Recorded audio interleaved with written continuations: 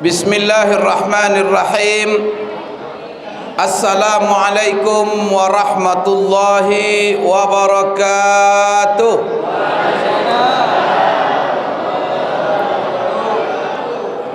Alhamdulillahi rabbil alamin. Al-qail fi kitabihil karim, a'udzu billahi minasy syaithanir rajim. Syahrul Ramadan alladzi unzila fihi al-Qur'an hudan linnasi wa bayyinatin minal huda wal furqan. Faman syahida minkumus syahra falyasum wa man kana maridan aw ala safarin fa'iddatun min ayyamin ukhar.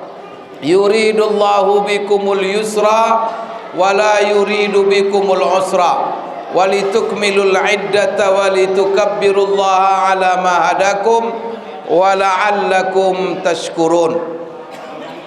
Wa huwal qail inna anzalnahu fi lailatin mubarakah.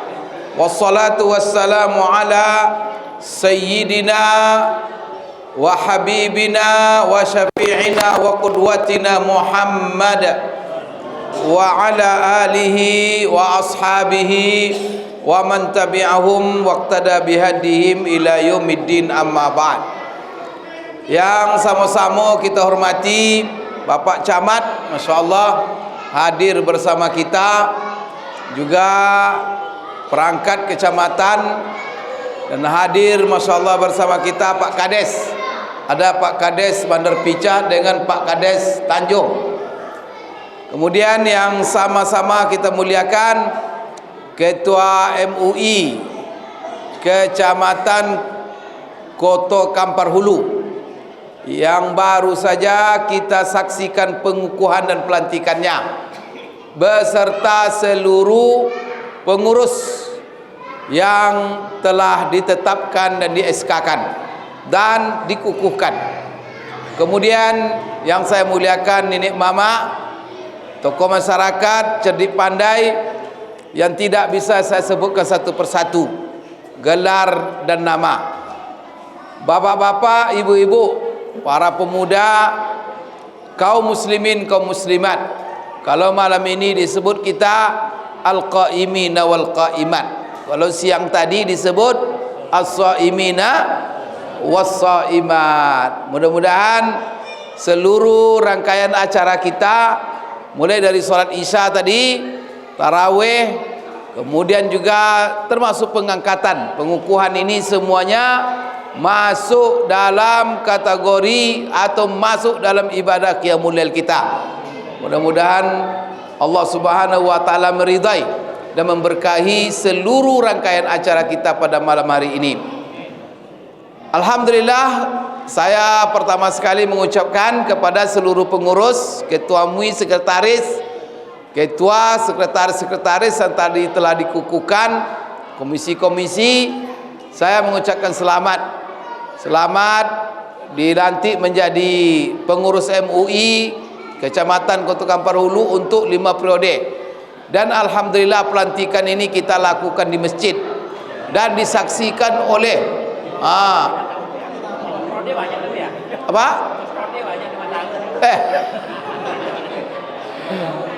Ya, untuk 5 tahun ke depan. Jadi kita lakukan pelantikan pengukuhan ini di masjid, disaksikan oleh tokoh-tokoh masyarakat, oleh bapak-bapak, ibu-ibu. Itulah tadi pengurus MUI Kecamatan Koto Kampar Hulu. Kalau di masjid itu dilantik, dikukuhkan, kan ngeri-ngeri sedap juga. Kita kepengen kalau bisa pejabat-pejabat juga disumpah di masjid. Kalau bisa berdiri di mimbar, ada sumpah di situ dia. Supaya nanti dia tidak melanggar. Maka ini akan memberitahu kepada masyarakat sebenarnya, inilah pengurus-pengurus MUI. Maka kan tidak mungkin macam-macam nanti dia di depan masyarakat kan. Maka ini masyarakat semuanya menyaksikan. Jadi kalau ada macam-macam nanti, kamu pengurus MUI, kan bisa ditegur cepat kan. Tapi alhamdulillah saya melihat bahwa pengurus yang dilantik, yang disebut nama satu persatu, semuanya adalah tokoh-tokoh, semua adalah panutan masyarakat selama ini yang memang sudah lama berkhidmat untuk agama dan untuk masyarakat. Alhamdulillahi rabbil alamin. Saya ingin mengingatkan kepada Bapak Ibu yang sudah dilantik tadi, dan juga untuk memberitahu kepada kita semua, sebenarnya ada 3 fungsi utama daripada MUI itu. Ya, ini MUI ini lembaga, memang lembaga swadaya masyarakat. Jadi lembaga organisasi masyarakat, bukan lembaga pemerintah. Tetapi dia merupakan lembaga yang merupakan mitra pemerintah. Jadi MUI ini memang lembaga organisasi yang tidak berdiri semenjak kemerdekaan. Dia berdiri tahun 1975. 30 tahun setelah Indonesia merdeka baru lembaga MUI ini ada. Kenapa MUI ini ada? Karena Bapak Ibu, negara membutuhkannya, kemudian umat membutuhkannya. Apa sebabnya? Salah satu latar belakang berdirinya MUI ini, sejarahnya. Pertama sekali, umat Islam Indonesia ini terbagi kepada 2. Ada umat Islam ini yang berafiliasi kepada organisasi. Jadi umat Islam Indonesia ini bermacam-macam. Terdiri mereka dari berbagai organisasi. Ada Muhammadiyah, ada NU, ada Tarbiyah, ada Wasliyah, ada Mataliul Alwar dan sebagainya. Macam-macam organisasinya. Sehingga kadang-kadang kamu agama apa? Muslim. Organisasi apa? Saya orang Muhammadiyah. Satu, kamu apa? Saya orang NU. Saya orang Perti, orang Tarbiyah. Begitulah seterusnya. Jadi ada, tapi ada pula yang tidak berafiliasi. Kamu apa agama? Muslim. Apa organisasi? Saya tak ada organisasi, yang penting saya Muslim.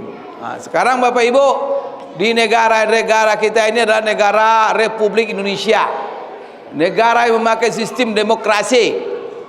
Maka dalam negara demokrasi ini, kedaulatan tertinggi berada di tangan rakyat. Pemerintah itu hanya melayani masyarakat. Yang menjadi raja di negara demokrasi ini adalah rakyat.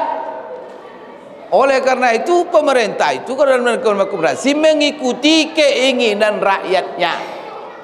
Karena kedaulatan tertinggi ada di tangan rakyat. Rakyat di Indonesia ini mayoritas umat itu masalah. Umat Islam mayoritas, tidak bisa itu dimungkiri. Hampir 90% umat Islam Indonesia ini. Oleh karena itu, Bapak Ibu sekalian, apapun yang dibuat peraturan oleh negara ini, undang-undang, peraturan-peraturan yang dibuat oleh negara, maka harus merujuk kepada 3 norma. Tidak boleh bertentangan. Kalau bertentangan nanti kacau negara ini. Apa norma pertama? Harus merujuk kepada norma agama. Maka undang-undang tidak boleh bertentangan dengan agama. Maka kalau ada peraturan pemerintah, buat peraturan bertentangan dengan agama, bisa kacau negara. Umpamanya dilarang umat Islam sholat Jumat, kira-kira gimana? Bisa perang negara ini. Dilarang bangun masjid, gimana? Bisa kacau negara ini. Tidak bisa buat peraturan bertentangan agama, harus merujuk kepada agama. Karena masyarakatnya masyarakat beragama. Itulah negara demokrasi. Maka apapun peraturan, sehingga dalam undang-undang dasar kan dijamin kebebasan beragama itu. Dalam pasal 29, kebebasan melaksanakan agama menurut agama masing-masing. Kemudian ini pertama. Kedua, merujuk kepada norma namanya adat istiadat. Karena kita bangsa Indonesia ini tidak lepas dari adat. Macam-macam suku, setiap suku punya adat masing-masing. Adat itu harus menjadi rujukan norma oleh pemerintah dalam buat aturan. Kalau bertentangan dengan adat, itu bisa juga kacau negara ini. Yang ketiga, harus mempertimbangkan norma namanya hukum positif. Bapak Ibu, jadi kepentingan umat Islam ini adalah kepentingan yang harus dilayani oleh pemerintah. Cuman kadang-kadang pemerintah, Bapak Ibu, Bingung kadang-kadang, karena umat Islam ini umat Islam yang mana yang harus mereka pertimbangkan ketika mereka membuat peraturan. Umat Islam yang mana mereka rujuk. Kalau dirujuk nanti NU, maka marah Muhammadiyah. Nanti kalau dirujuk Muhammadiyah, marah pula NU, berarti kami lebih besar, kami lebih apa, sehingga kesulitan pemerintah. Maka Bapak Ibu, Presiden Soeharto dulu punya ide, ditopang oleh ulama-ulama ketika itu, diantaranya Buya Hamka. Maka ketua Majelis Ulama Indonesia pertama di pusat itu adalah Buya Hamka. Kan terkenal itu. Dari mana itu? Dari Bandar Pica. Dari Sumatera Barat ya. Tidak jauh dari sini. Orang Sumatera itulah ketua Majelis Ulama pertama di Indonesia. Kita kenal lah itu Buya Hamka, Masya Allah, luar biasa. Jadi Bapak Ibu sekalian bersepakat membentuk MUI. Maka yang terlibat di situ ada persetujuan Presiden, Menteri Agama, seluruh angkatan terlibat. Angkatan darat, angkatan laut, angkatan udara, Polri, cendekiawan-cendekiawan, kemudian intelektual, tokoh-tokoh, para ulama seluruh provinsi. Waktu itu provinsi 25 provinsi tak salah, belum seperti sekarang. Sehingga mereka sepakat membentuk lembaga MUI, Majelis Ulama Indonesia. Sehingga Bapak Ibu, apapun keperluan-keperluan pemerintah untuk melayani umat Islam, kemana pemerintah merujuk? Ke MUI. Maka betul tadi apa kata camat itu, nanti apa-apa nanti masalah rujuk kepada MUI, karena MUI ini mitra pemerintah. Contoh kemarin kita di sini dulu ada masalah, banyak kadang-kadang kan masalah di masyarakat, berkembang aliran sesat yang bertentangan dengan apa yang jadi amalan masyarakat selama ini. Itu biasanya kacau. Di mana kemarin itu namanya? Pongkai apa namanya? Sungkai ya. Jadi di situ muncul aliran Bapak Ibu sekalian, yang mana meresahkan, hampir konflik, hampir perang masyarakat. Tentu untuk hal itu menenangkan, laporlah masyarakat kepada mana? Biasa untuk menertibkan, melapor ke polisi, melapor kepada aparat hukum. Nanti dilapor ke polisi ini berkembang dari kami aliran sesat, tolong dihentikan, tolong di stop. Kalau tidak nanti ini bisa menimbulkan konflik di tengah-tengah kami. Bapak Ibu, polisi tak bisa dia menilai ini sesat atau tidak sesat. Bisa dia, bahaya pula diserang pula polisi orang nanti sembarang menyatakan sesat. Maka polisi tak bisa. Biasanya kalau masyarakat melapor, ada ini aliran sesat, aliran menyimpang berkembang di kami, tolong di stop, tolong dihentikan. Maka polisi nanti kemana mengadu dia untuk menentukan ini benar sesat atau tidak? Kemana? Ke Muhammadiyah? Ke NU? Enggak. Kemana? MUI. Maka MUI ini mitra pemerintah luar biasa. Program-program pemerintah kadang-kadang tidak jalan kalau tidak bersama MUI. Contoh banyak. Menteri Kesehatan ingin memvaksin anak-anak kita, divaksinnya anak-anak sekolah SMA, SMP. Ada nanti isu vaksin itu mengandung babi. Mau umat Islam disuntik babi? Tentu menantang. Padahal vaksin sudah dibeli beratus-ratus miliar, sudah menumpuk di gudang, tinggal mau disuntikkan lagi. Tapi masyarakat menolak. Kenapa? Diisukan ada babi. Akan tidak bisa sembarangan pemerintah. Terpaksa menteri datang ke kantor MUI. Tolong periksa, tolong tenangkan masyarakat bahwa ini tidak ada babi. Ke MUI mengadunya. Maka MUI membentuk tim. Maka di MUI itu ada namanya lembaga LPPOM yang memeriksa halal haram, karena umat Islam ini terikat dengan nilai halal haram. Kita tak boleh makan yang haram, apalagi babi. Kalau sini disodorkan daging babi, Mati pun kita tahan itu, takkan makan kita. Ini disuntikan pula babi. Akan cari-cari kerja. Maka masyarakat melawan nanti itu. Maka datanglah Menteri Kesehatan ke pemerintah, kepada MUI, mereka minta, maka MUI nanti memeriksa, melakukan proses, di mana pabrik dibuatnya vaksin itu, pokoknya di China. Pergi tim MUI, ada tim-tim ahlinya itu, memeriksalah nanti bahan-bahannya. Kalau terbukti nanti ada babi, diumumkan memang ada babi, maka di stop. Maka MUI rekomendasi stop, tidak. Tapi kalau seandainya tidak terbukti, maka hasil nanti pemeriksaan itu dibuatlah fatwa, diumumkan masyarakat bahwa dipatwakanlah bahwa vaksin ini tidak ada masalah. Sudah diperiksa tidak mengandung, tidak ada masalah. Vaksin anak-anak kita. Berlomba-lomba masyarakat vaksin. Itulah MUI itu. Maka fatwanya Bapak Ibu menjadi pegangan umat. Jadi itulah mitra pemerintah. Maka pemerintah apa-apa nanti masalah ke MUI, apa-apa masalah ke MUI. Jadi MUI nanti mempelajari kalau ada aliran nanti diisukan aliran sesat, maka berkas-berkasnya dilimpahkan ke MUI. Maka kerja saya dengan tim-tim fatwa mengkajilah berkas-berkas itu. Kami panggil orang-orang yang terlibat, yang dituduh sesat. Kami wawancara. Kami lihat ajarannya, kami apa semua kami tanya. Sampai nanti kalau sudah tuntas seluruh bukti-bukti dokumen, baru nanti kami mengeluarkan yang namanya fatwa. Maka fatwanya ini.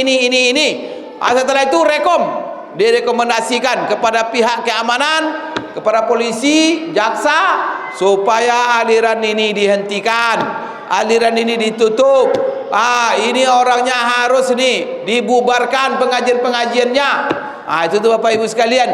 Jadi MUI hanya mengeluarkan fatwa, MUI hanya merekomendasikan, tapi eksekusi yang menindak itu adalah aparat. MUI tidak berhak. Maka bapak-bapak tidak boleh berhak mengeksekusi, ditangkap nanti. Kita cuma berhak MUI hanya merekomendasi. Nanti yang menahan polisi, yang menghentikan polisi. Apa dasar polisi nanti menghentikan? Ini fatwa dari MUI. Berdasarkan fatwa MUI nomor sekian bahwa kalian sesat dan kalian direkomendasikan untuk dihentikan, maka kami nyatakan kalian harus berhenti, kata polisi. Selesai itu barang. Begitu cara kerjanya itu. Kemudian juga Bapak Ibu, umat Islam punya hajat kepada pemerintah. Pemerintah, kami ini tidak bisa makan haram, duit haram. Itu bank-bank itu duit haram, riba semua. Kami tidak bisa makan riba. Tapi kami perlu bank. Bagaimana caranya? Maka pemerintah gimana caranya? Dibuatlah bank yang sesuai dengan umat Islam. Siapa yang disuruh? Lembaga apa? Muhammadiyah? Enggak. Pergilah pemerintah kepada MUI. MUI ini pemerintahan umat Islam supaya didirikan lembaga keuangan yang disebut lembaga keuangan syariah. Maka ada asuransi syariah, ada bank syariah, ada rumah sakit syariah. Kenapa? Karena umat Islam semuanya harus sesuai dengan syariah. Siapa yang disuruh mengkonsep?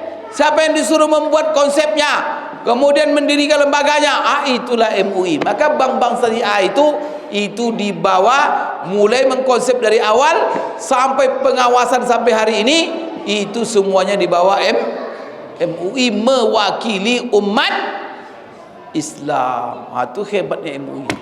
MUI ini luar biasa. Dia organisasi swasta, tapi perannya pemerintah sangat menentukan. Kemudian Bapak Ibu sekalian, peran NUI ini juga di tengah-tengah umat Islam. Organisasi Islam ini payah duduk bersama. Kalau nanti NU yang membawa duduk, tidak mau sama dia. Nanti jadi masing-masing kadang-kadang punya gengsi masing-masing kadang-kadang. Maklum sajalah organisasi ini kan. Maka perlu mereka satu organisasi yang memayungi seluruh organisasi. Bisa mereka di situ duduk bersama. Maka apa? maka didirikanlah MUI, tempat duduk seluruh organisasi. Maka di bawah MUI ini, maka semua organisasi duduk.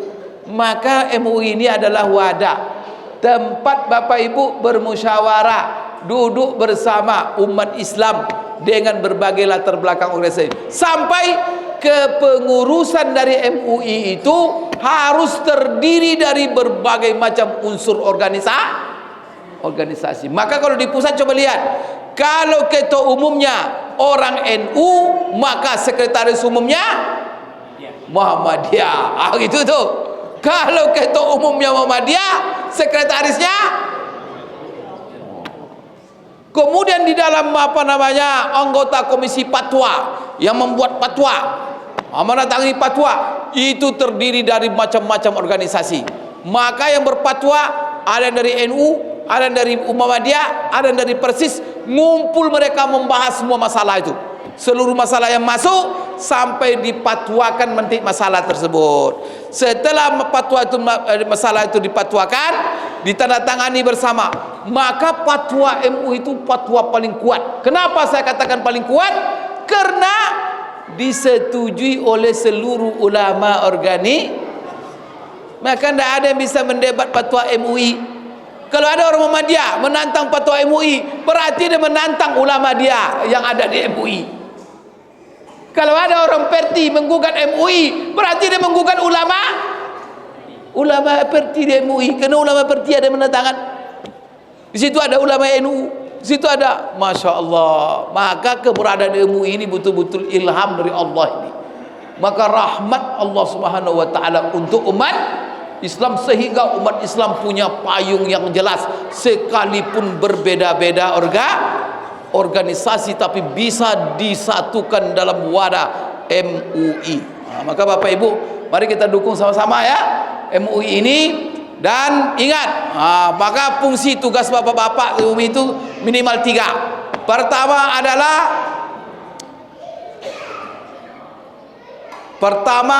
adalah melakukan, ini tugas daripada MUI ini di tengah-tengah masyarakat, berkhidmat untuk umat.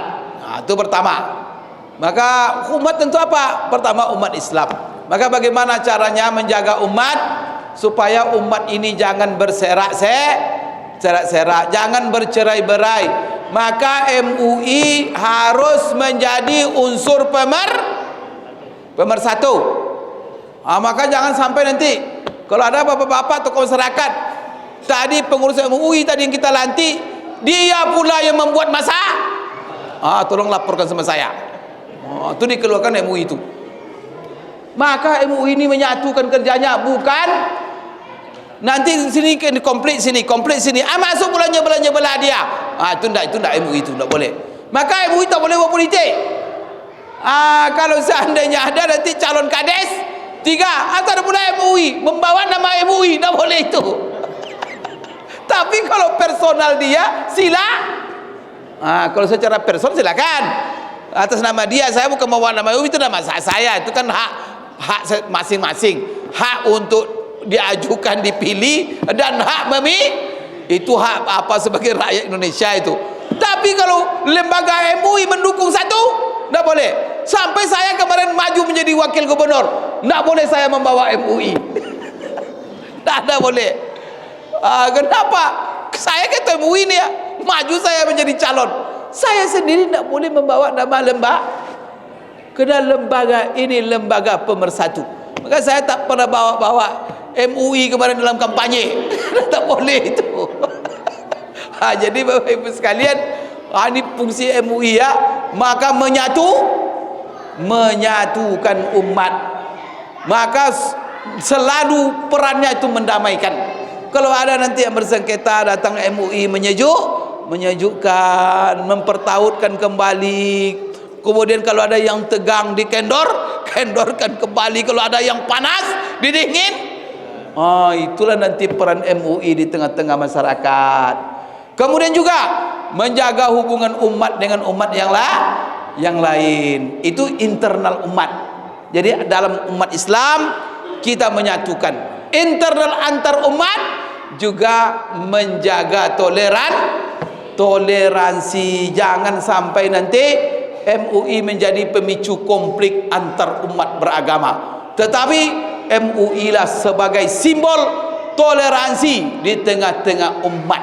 Kalau MUI-nya pula menjadi konflik antara agama, kacau nanti di Indonesia ini. Alhamdulillah peran itu sudah dijalankan. Yang kedua nanti adalah peran menjaga agama. Tadi pertama menjaga umat, yang kedua menjaga agama.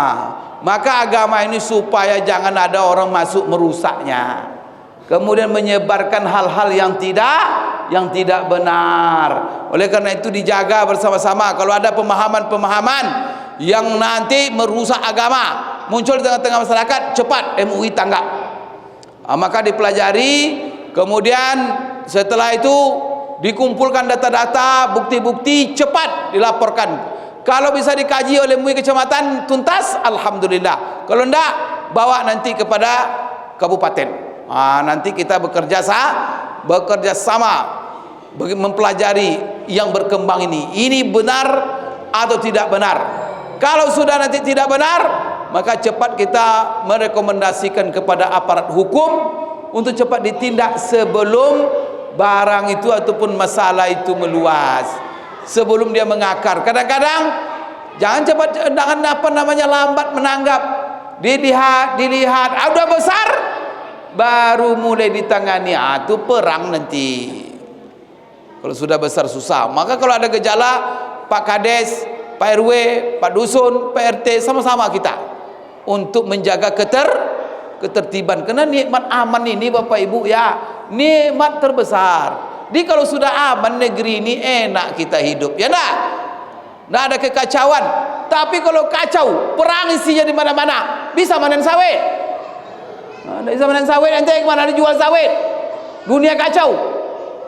Maka jaga keamanan supaya hidup ini tentram, hidup ini damai, hati bahagia, pikiran tenang, nyaman masyarakat. Ini peran MUI juga ini. Maka mengamankan. Maka kalau ada, kenapa aliran sesat itu kita perangi? Masalahnya itu akan mengacau keamanan. Itu masalahnya itu. Karena masyarakat umpamanya apa? Salat 5 waktu yang wajib. Datang aliran, yang wajib cuma 2 katanya. Kira-kira gimana? Ada pula yang menyebar di sini nanti ajaran salat subuh 5 rakaat katanya. Kira-kira diterima? Itu kan bisa diusir dari masyarakat. Bisa terjadi nanti hal-hal yang tidak diinginkan. Maka hal ini MUI nanti yang berperan ya. Jadi jaga umat, jaga agama. Terakhir ketiga apa fungsinya? Jaga negara. Ini peran MUI juga ini. Kenapa? Karena yang memerdekakan negara ini tidak lepas dari peran majelis ulama dulu. Para ulama itu yang ikut bertakbir mengusir penjajah. Dulu Bapak Ibu tentara tidak ada nama tentara dulu sebelum merdeka. Mana ada tentara sebelum 45? Tentara itu baru ada tahun 45. Setelah merdeka tentara baru ada. Polisi kapan baru ada? Tahun 46 baru. Setelah kemerdekaan baru ada. Sebelum kemerdekaan ada tentara? Tidak ada. Jadi yang berjuang melawan Belanda itu siapa? Tidak ada namanya tentara Indonesia melawan Belanda. Tidak ada. Tentara tidak ada kok. Yang melawan itu masyarakat. Siapa masyarakat itu? Ulama-ulama itulah tokoh-tokohnya. Maka yang mengumandangkan jihad melawan Belanda, mengusir Belanda itu ulama-ulama. Dengan pekikan takbir Allah, lari kabur Belanda semua. Itulah kita dapat kemerdekaan ini. Maka peran ulama itu memerdekakan. Jenderal Sudirman, akan itu terkenal kan? Itu kan jenderal tentara Pak Ustaz. Itu dia jadi jenderal setelah merdeka, itu dia angkat jadi jenderal Pak. Dulu itu baru jenderal, bukan tentara dia. Guru MDA dia itu dulu. Guru apa? Guru MDA itu Pak, guru ngaji itu. Tapi dia angkat senjata mengusir Belanda. Dia menjadi komandannya. Setelah kemerdekaan dia angkat langsung menjadi jenderal itu. Bukan tentara itu. Itu guru dulu. Maka yang memerdekakan bangsa ini adalah peran ulama, tidak bisa diabaikan. Maka besok kalau seandainya sempat dijajah lagi kita, maka ulama siap di depan untuk merebut kemerdekaan kembali. Kalau sempat dijajah, mudah-mudahan tidak dijajah lagi ya. Sengsara kita dijajah Bapak Ibu sekalian. Itulah peran daripada fungsi dari MUI. Di samping nanti fungsi pembinaan, fungsi pendidikan, fungsi pengarahan, fungsi tempat bertanya masyarakat. Dan alhamdulillah saya lihat bahwa yang kita tunjuk tadi itu memang adalah tokoh-tokoh yang selama ini memberi pencerahan, bimbingan, pengajian, tausiah di tengah-tengah masyarakat. Dan sudah tepatlah mereka yang ditunjuk, yang di-SK-kan menjadi pengurus MUI untuk periode 2025 kemudian 2030. Bapak Ibu sekalian, terakhir, karena ini adalah malam-malam Ramadan, kita diingatkan dengan Bapak Ibu, karena Allah mengingatkan ketika Allah menyebut Ramadan, maka Allah langsung mengatakan syahrul Ramadan alladzi unzila fihil Quran, bahwa bulan Ramadan ini adalah bulan yang mana di sini diturunkan Al-Quran. Saya sedikit menjelaskan kepada Bapak Ibu, karena ini adalah peringatan nuzul Quran. Jadi sebenarnya ulama berbeda sedikit pendapat. Kemuliaan Ramadan ini, apakah karena Ramadan yang mulia lalu Allah pilih Ramadan tempat turunnya Al-Quran atau waktu turun Al-Quran, atau Bapak Ibu sekalian sebaliknya, bahwa karena Al-Quran diturunkan bulan Ramadan sehingga Ramadan ini Allah jadikan istimewa. Maka sebenarnya Bapak Ibu, kebanyakan ulama mengatakan bahwa mulianya Ramadan ini adalah karena bulan Ramadan, bulan yang diturunkan di situ Al-Quran. Jadi Bapak Ibu, kaedahnya apapun yang disentuh, yang bersentuhan dengan Quran menjadi mulia dan paling mulia. Itu hebat Quran itu. Nikmat yang terbesar yang Allah berikan kepada alam semesta, yaitu Al-Quran ini. Maka Al-Quran ini Bapak Ibu, pertama Quran tersimpan di Lauhul Mahfuz, sehingga Lauhul Mahfuz itu menjadi tempat yang paling mulia. Maka dalam Quran Allah mengatakan bal huwa Qur'anum majid fi lauhim mahfuz. Coba, ketika Allah menyebut Lauhul Mahfuz, Allah mendahului dengan menyebut Al-Quran. Al-Quran itu diturunkan, kata ulama ilmu Al-Quran, dua tahap. Pertama, diturunkan secara langsung seluruhnya. Itu diturunkan dari Lauhul Mahfuz ke langit dunia di sebuah tempat namanya Baitul Izzah. Itu turunnya sekaligus, dan itu turun di satu malam. Itulah yang disebut dengan malam Lailatul Qadar. Maka kan nanti Bapak Ibu ditanya orang, katanya Quran itu diturunkan di satu malam, padahal Quran itu diturunkan 23 tahun. Kok disebutkan inna anzalnahu fi lailatin mubarakah, sesungguhnya kami telah turunkan Al-Quran itu di satu malam yang penuh berkah. Inna anzalnahu fi lailatul qadar, sesungguhnya kami telah turunkan Al-Quran itu di malam. Jadi itu maksudnya turunnya apa itu? Ini ada dua maknanya. Pertama, kata ulama, turunnya Al-Quran sekaligus dari Lauhul Mahfuz ke langit dunia. Kemudian yang kedua maknanya adalah dari langit dunia Baitul Izzah diturunkan lewat malaikat Jibril oleh Allah kepada Rasulullah SAW secara berangsur-angsur. Memakan waktu berapa lama? Hampir 23 tahun. Dan ayat pertama turun itu juga di malam Lailatul Qadar. Itulah sebabnya kita peringati. Dan malam Lailatul Qadar itu di bulan apa? Di bulan Ramadan. Maka Bapak Ibu, malaikat yang menurunkan Quran kepada Rasulullah, Allah jadikan malaikat yang paling mulia. Siapa namanya? Malaikat Jibril. Nabi yang paling mulia di antara nabi dan rasul yang ada adalah Nabi kita Muhammad sallallahu alaihi wasallam. Apa salah satu alasannya? Karena dia adalah nabi yang menerima wahyu Al-Quran. Maka siapapun yang bersentuhan Quran adalah manusia yang paling mulia.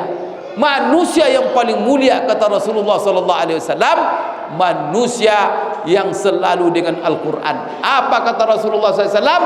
Khairukum man ta'allamal Qur'ana wa 'allamahu. Sebaik-baik kamu, semulia-mulia kamu siapa? Orang yang selalu belajar Al-Quran dan mengajarkan Al-Quran. Jadi Bapak Ibu, siapa orang yang paling mulia? Guru mengaji. Itulah yang paling hebat. Jadi kalau apa-apa mak-mak ingin bercita-cita anak kita nanti ke depan jadi apa? Bapak Ibu, kalau bapak ditanya di sini ya mak-mak, mak apa cita-cita mak untuk anak bapak ibu ke depan? Ada nggak kira-kira? Oke, anak ini apa cita-cita anak ini bapak ibu untuk anak bapak ibu ke depan? Ada nggak kita yang menjawab? Ke depan jadi guru mengaji, ada nggak? Nggak ada. La ilaha illallah. Padahal yang terbaik itu guru. Paling-paling mau jadi tentara, jadi polisi, jadi dokter, jadi ini, jadi pejabat, jadi apa? Jadi guru ngaji. Apa dado yang bercita-cita jadi guru ngaji? Nyo guru mengaji dado gaji do. Bapak gaji guru mengaji sih kok. Seboleh ibu. 5.000. Astagfirullah.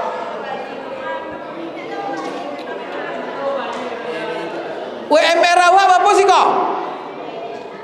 UMR awak apa pejabat? Ada 3 juta. La ilaha illallah, guru mengaji 5.000. Bawa hutang lodo. Ya Allah. Buangnya letak ada ke awak.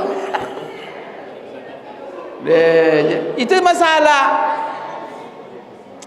Jadi ada kadang-kadang sama amak gue kampung gue, nya ada datang punya melamar anaknya.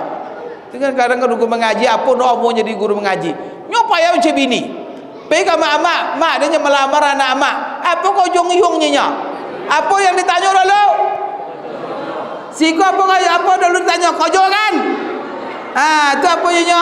De kojo guru mengaji di surau nya. Kiki amak jawab apa? Guru ngaji. Astagfirullahaladzim. La ilaha illallah. Dia guru ngaji ulun dia anak dan ulun nyak balakinya sekolah kuliahnya dulu.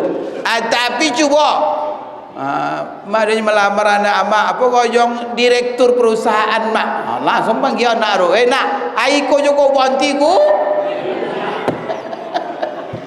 Astagfirullahaladzim. Jadi Bapak itulah kini realita awak ya. Nak awak hargai guru mengaji dok. Itu Quran gua kadang-kadang payah awak amalkan. Ya nak awak hargai dok. Padahal nikmat yang paling warang dalam Quran tu Bapak Ibu. Banyak nikmat Allah berikan. Tapi ada nikmat ketika Allah menyebutkan nikmat itu diberikan kepada awak, Allah mulai dengan memuji diri sendiri. Dipuji Allah Taala dirinya sendiri. Nyapa dipuji Allah Ta'ala sendiri. Kalau ada seluruh makhluk yang Allah ciptakan memuji Allah gara-gara nikmat itu, Allah tabahi deh. Kalau bahasa awak nak lansa ira, nak menokek-dokek dah. Maka apa? Allah puji dirinya sendiri. Itu kena awak baca di awal surah Al-Kahfi. Apa kata Allah Ta'ala di awal surah Al-Kahfi? Alhamdulillahilladzi anzala ala abdihil kitaba wa lam yaj'al lahu iwaja. Allah memuji diri sendiri. Alhamdulillah, siapa yang nyabui? Allah sendiri. Segala puji bagi Allah. Atas siapa? Yang telah menurunkan Al-Quran kepada hambanya, yaitu Rasulullah. Allah puji. Contoh itu nikmat Al-Quran. Maka Bapak Ibu tidak kau perhatikan Quran kau. Cubalah. Maka kini buat di Bandar Picak kau ataupun di Kota Kampar Hulu kau, gaji yang paling gorang gaji guru mengaji. Bisa rupa kades pejabat. Kalau ndak 24 jam membiayai samo-samo awak. Itu sawit tu Allah Ta'ala membayar tu. Membuat buah sawit tu apa-apa buat buah tu. Ha? Kalau sempat apa tanam tu nak diberi buah Allah Ta'ala ada. Ya apa? Tanam 10 hektar jantan sodo. Ya apa? La ilaha illallah. Amma kau awak banyak. Cubalah kalau ndak sejahtera kau ya kau so. Kau seluruh yang punya sawit per kilo berapa sekilo kita kini? Berapa kini? 2.900 kan? 2.900 sepakat awak. Siapa yang punya sawit per kilo 1 rupiah untuk guru mengaji? Bisa tak? Satu rupiah sekilo. Kan 2.900 dua.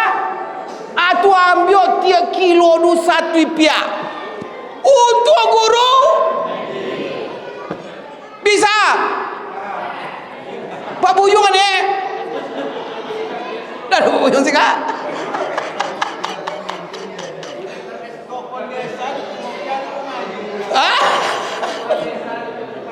Cuba tengok. Kalau ndak barakah nak kau gua tengok semua. Cuba. Allah Ta'ala membayar sawit tu. Atau awak jodin ya, maka piti yang dibela Ta'ala ke awak kan rezeki tu. Yang paling mulia diimpakkan untuk Quran. Dana anak tahfiz Quran, dana sekolah tahfiz, dana uang mengaji, dana guru mengaji, dari rezeki yang Allah Ta'ala beri awak. Aceh tengok dah bagi keberkah su. Kalau ndak su pengedar narkoba aja isi nak bagi su. Pemabuk aja isi. Ngapa awak ndak pandai menggunung rezeki yang Allah berikan ke awak? Maka Allah ndak diberkahi awak su. Cuba ya. Awak ada di pongkai tu nah, dan tengok masjid seketik orang. Tu apa corong bangun kan nyambut. Tentu pongkainya. Pongkai ketiga. Ada pongkai istiqomah. Ada pongkai tabiang ya. Pongkai kan pergi ya beromoro. Mayang pongkai. Jadi mayang pongkai itu ada masjid seketik kodang doa. Mau acuk ceramah situ. Jadi tanya apa urus. Apa jodoh kalau bangun masjid kok sekodang kok. Dan kira apa ibu itu tu masjid paling kodang masjid gambar kau tenggambar. Selain masjid Islami itu masjid paling kodang. Dari sisi kodang. Apa katanya? Kau sumbangan masyarakat. Jadi masyarakat yang bersawit ambil cuma 25 piasa kilo. Tak bangun masjid seketik mega 25 piah aja pak. Bapa cara kalau di kota Kampar Ulu Gosai kecamatan seluruh yang bersawit tiap kilo 1. Yakin dan gaji guru mengaji paling orang. Kalau ndak barakah la ilaha illallah. 1 rupiah 2.900 tu dia ambil 1 rupiah. Pula tu. La ilaha illallah. Cuba ya. Cuba.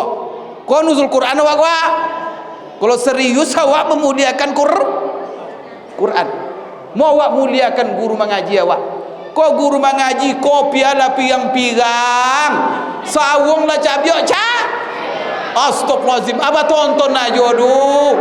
So dia berlumba-lumba orang kayu siko yang banyak piti apa. Habis tu kena yayo bawa guru mengaji di pasau. Boleh ni ke sawung oncak, boleh ni baju oncak, boleh ni kopion.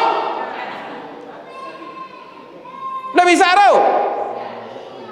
Kalau ambo ye kan ustaz ambo di Pekambau. Ambo aja di bodoh orang kayu. Kadang-kadang tiba-tiba datang kayu rumah. Bawa motor dan cruiser buya, ikut dan buyanya. Kemana lah dibawa dia? Kau sendiri bawa dia ambo ke toko kain ketik mahal kain sepatu apa? Buya dia mau buya kisiko aku aiko ko sodok kare ko buya. Pokok ambil dia buya ko sodok apa namanya buya? Tu awak nak lengah kan. Jadi kadang-kadang banyak pakai mahal-mahal, itu yang membaik jemaah. Dah buat lira. Dia jadi jemaah tu apa tengok dia. Buya aku baju dah. Macam itu anda jemaah. Tengok guru mengaji. Kau dan ya Allah, bok copet. Nyopiti nan paling elok mulia yang awak impakkan untuk Quran. Tak ada banding.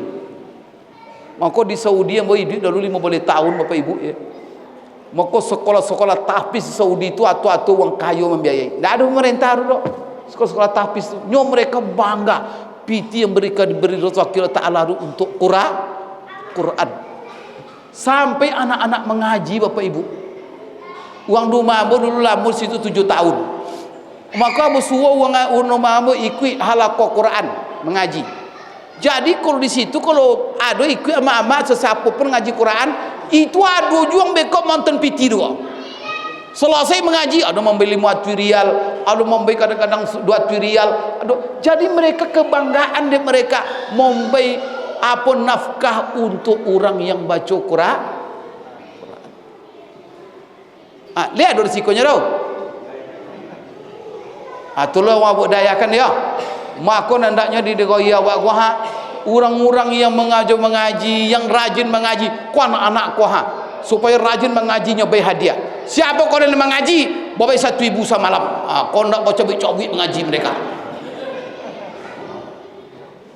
Coba nanti siapa yang jadi guru mengaji, beri gaji 10 juta sebulan. Masya Allah. Dan tadi terharu dan tengok apa program Pak Kades itu luar biasa Pak Kades.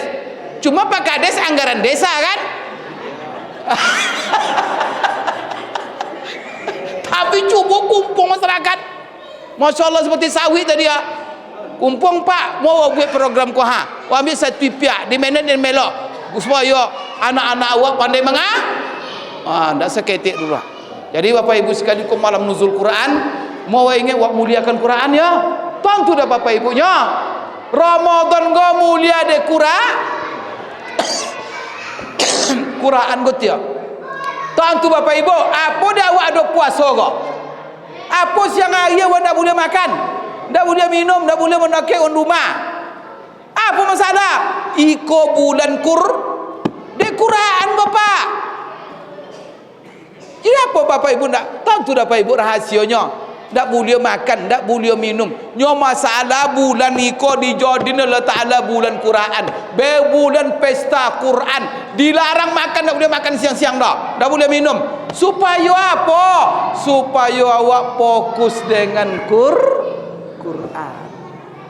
Nyo makan tak boleh. Minum tak boleh. Laki orang rumah tak boleh. Itu yang apa?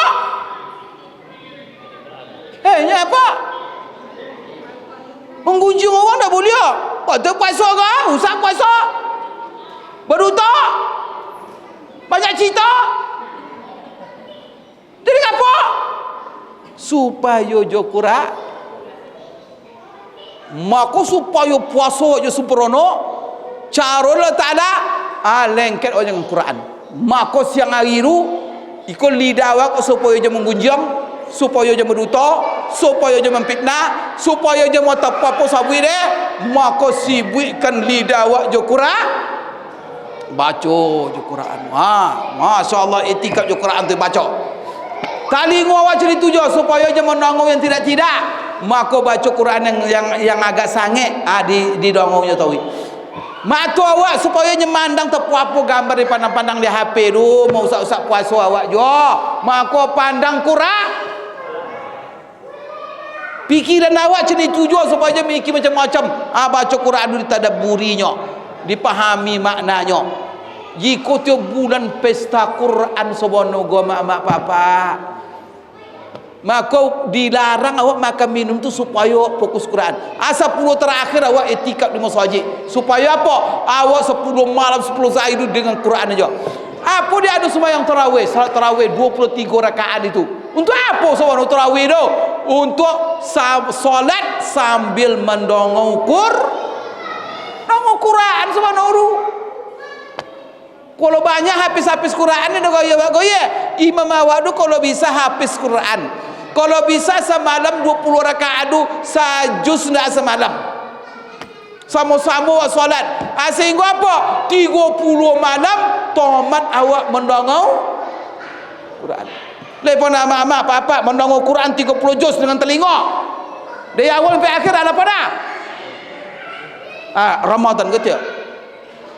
Itu guna tarawih tu sebenarnya. Setelah tarawih nak pulang awak dah tadarus puluh awak. Ada yang membaca, ada yang mendongau. Ya kan? Pertama bacanya, lain mendongau. Itu baca lekak, mendongau. Itu tadarus nama. Jadi kau bulan Quran, siangnya Quran, malamnya Quran, Quran, Quran, Quran. Itu dia pedoman awak, idui awak Bapak Ibu. Itu dia yang membuat idui awak bahagia di dunia, bahagia di akhirat. Maka Allah Ta'ala mengatakan dalam Quran, wa innahu lazikrul laka wa liqaumika wa sawfa tus'alun. Ingat hai Muhammad, ingatkan kepada umatmu, Quran itulah kemuliaan umatmu. Di kemuliaan awak go Bapak Ibu dengan Quran go tio. Apa awak menjadi umat yang mulia? Karena awak umat yang pedomannya adalah maka kuntum khaira ummatin, kalian adalah sebaik-baik umatnya. Apa? Awak umat pegangan awak Quran. Bapak Ibu sekalian, maka itulah sebabnya seluruh disentuh Quran. Maka cuba tengok, kalau ada karpet kau kini batu li ayat Quran, duduk Bapak Ibu sekalian situ.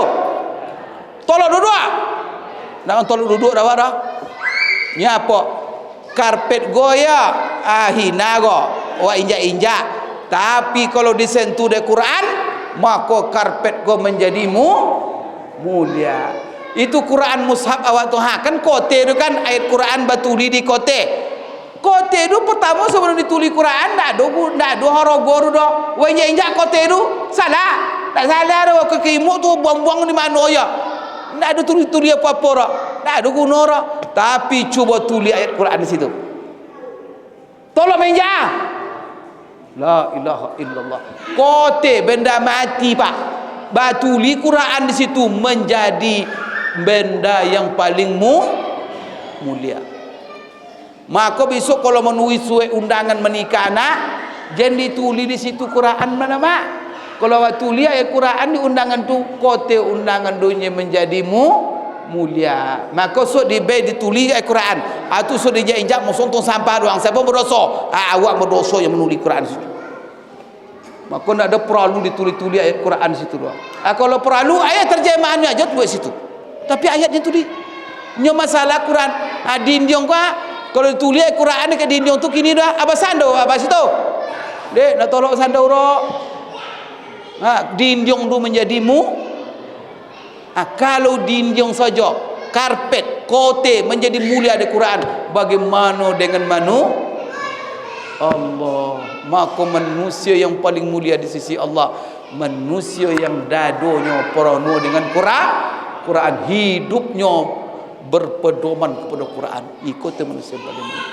Dan hidup masyarakat awak haroto yang paling mulia, haroto untuk Quran. Allah, ilmu yang paling mulia, ilmu untuk Al-Quran. Mudah-mudahan itu dapat disampaikan.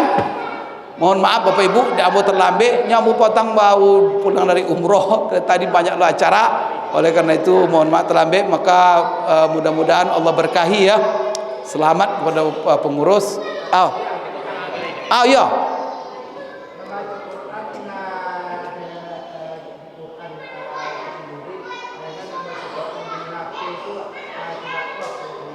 Ya. Bapak Ibu lebih baik awak dibaca di mushaf ya. Mushaf yang memang khusus untuk Quran. Karena kalau HP tu dah macam-macam di dalam isi. Tapi ndak salah. Ulama malah dengan adanya HP itu meringankan awak. Ndak perlu membawa Quran ke mana-mana. Apalagi kalau membawa Quran kau kan terbatas Bapak Ibu sekalian. Kalau mushaf tu harus awak bersuci ya ndak? Nah, maka kalau ndak berwuduk ngoyok bawa deh. Kalau ndak awak lagi bersuci ngoyok baca deh. Tapi kalau HP nyapir macam-macam dalamnya. Maka kalau awak lagi tidak berwuduk apa? Ndak suci, matikan aplikasi Quran. Tapi nak you puasa nak masalah pakai aplikasi yang lain tu kan. Cuman Bapak Ibu, dengan adanya HP memudahkan awak. Awak kadang di jalan tak tahu bawa Quran dah, Quran tak perlu hafal dah kan. Bukalah di HP tak sadar dah.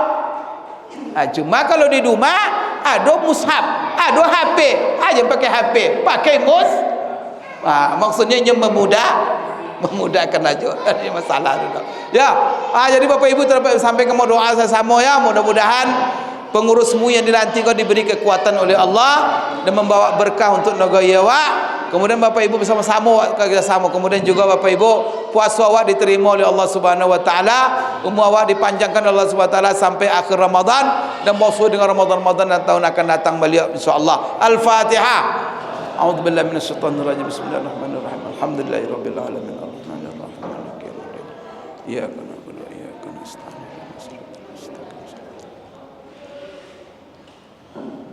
Bismillahirrahmanirrahim. Alhamdulillahirabbil alamin wassalatu wassalamu ala asyrafil anbiya'i wal mursalin wa ala alihi wa sahbihi ajmain.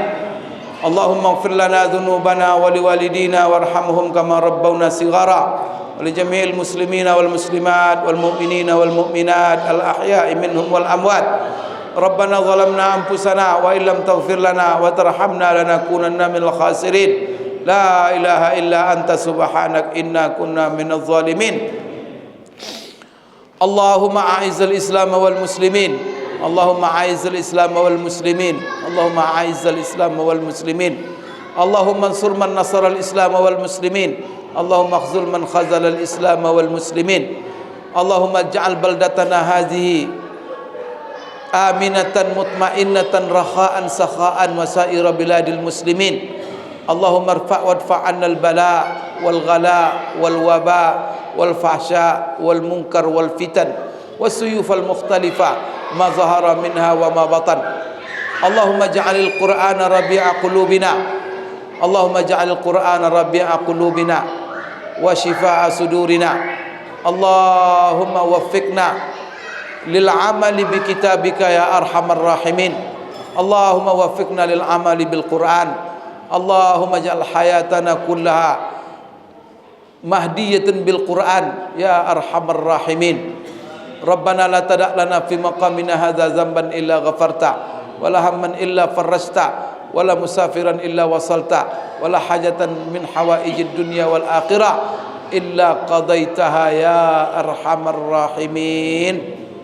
Allahumma taqabbal minna salatana wa siyamana wa ruku'ana wa sujudana wa takhashu'ana wa tadarru'ana wa tammim taqsirana ya rabbal alamin. Allahumma aslih lana dinana alladhi huwa ismatu amrina wa aslih lana dunyana allati fiha ma'ashuna wa aslih lana akhiratana allati ilaiha ma'aduna. Allahumma ij'al al-hayata ziyadatan lana fi kulli khair waj'alil mauta rahatan lana min kulli syarr.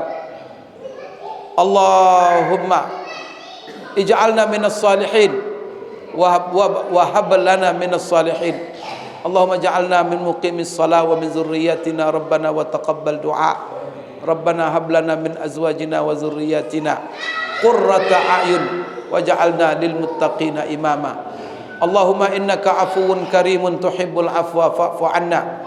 Allahumma inna nas'aluka ridhaka wal jannah wa na'udzubika min sakhatika wan nar. Allahumma ja'alna في هذه الليالي المباركة. اللهم اجعلنا في هذا الشهر المبارك. اللهم اجعلنا جميعا في هذا المجلس من عتقائك من النار. اللهم أعتق رقابنا من النار. اللهم أعتق رقابنا من النار. اللهم أعتق رقابنا من النار ورقاب آبائنا ورقاب أبهاتنا ورقاب أستاذنا ومشايخنا ومن سبق منا من إخواننا في الإيمان يا أرحم الراحمين. ربنا تقبل منا إنك أنت السميع العليم وتب علينا إنك أنت التواب الرحيم. ربنا آتنا في الدنيا حسنة وفي الآخرة حسنة وقنا عذاب النار. وصلى الله على سيدنا محمد وعلى آله وصحبه وسلم والحمد لله رب العالمين. Mohon maaf atas segala kekurangan. Terima kasih atas segala perhatian. Aku qouli hadza wa astaghfirullah li wa lakum. Subhanakallahumma rabbana wa bihamdik asyhadu an la ilaha illa anta astaghfiruka wa atubu ilaik. Assalamualaikum warahmatullahi wabarakatuh.